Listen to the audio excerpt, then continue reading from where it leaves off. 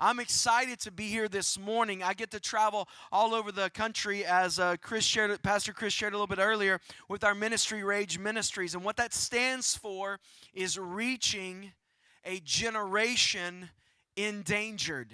Now, all of us have heard about endangered species. If you've heard about endangered species, hold your hands up high in the room, all right?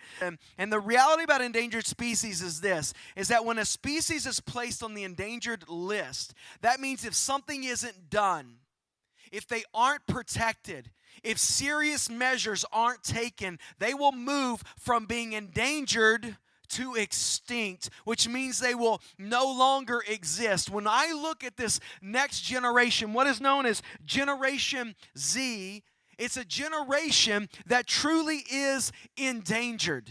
A lot of people ask me, Ryan, why are you still talking to teenagers, man? Like, you're in your 40s, bro. You've been married 20-something years. Shouldn't you be with the adults? Well, I did pastor for 8 years, and adults are worse than children, okay? So I'm kind of kidding about that. But a year and a half ago, we just began to feel like God had called us to really go after this next generation because of what we were seeing take place in this next generation. And we felt a real call to step away from being a lead pastor of a church that was healthy and growing and thriving and go after this next generation. And it may seem crazy to everybody out there, but I want to tell you, the crazy thing for me would have been to stay where I was, because there's a generation in need of Jesus, and we decided, listen, God has called us to be part of the solution, not part of the problem. And so I travel all over with our ministry, preaching the gospel, and then preparing teens to do the same. I hope I get to come back sometime, students, and train you just on how to share the gospel. Our heartbeat is really to raise up young evangelists, young men and women who are going in their schools, in their classrooms, in their locker rooms, at their lunch tables, sharing the good news of Jesus Christ. And you may ask me, why? Why? Well, our whole ministry and the call on our life was birthed out of a verse in Judges chapter 2 and verse 10. And here's what it says. It says, "And all that generation, they all together were gathered to their fathers." In other words, there's a generation that passes away. In about 50 years, a lot of us in here are going to be hey, goodbye. We're going to be gone, all right? And we're going to be dead. And there's going to be another generation right here that's coming up in the church. And look at what the Bible said about a generation that came up after Joshua and Moses and all of these mighty men and women of God. It says there grew up a generation after them who did not know the Lord or the things that he had done.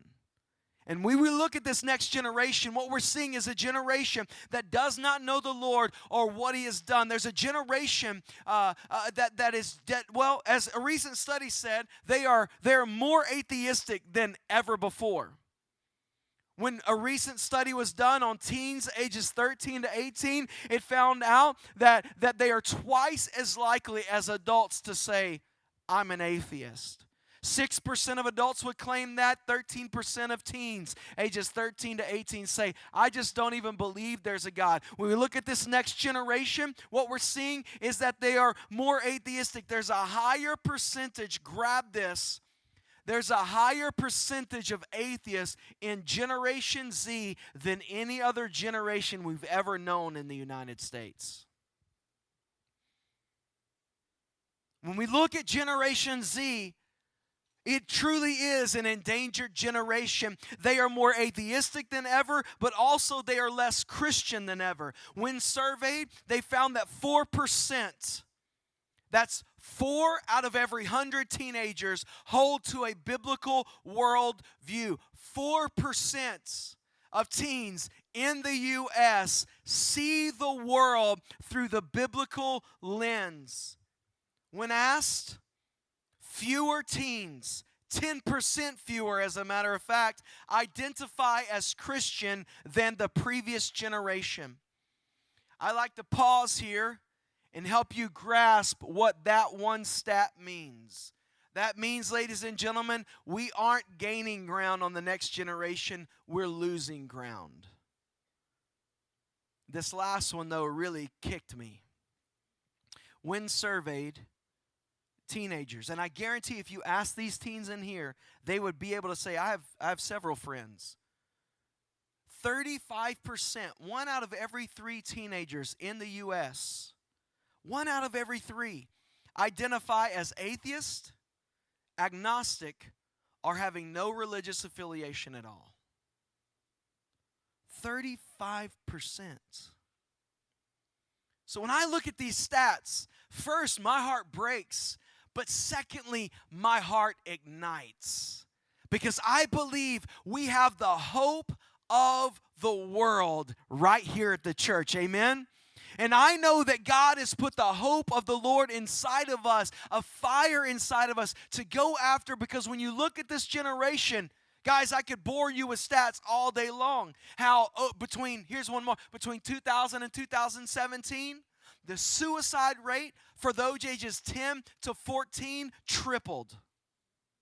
Suicide, the second leading cause of death for Generation Z. It's a hopeless generation, and we're a church that is full of hope.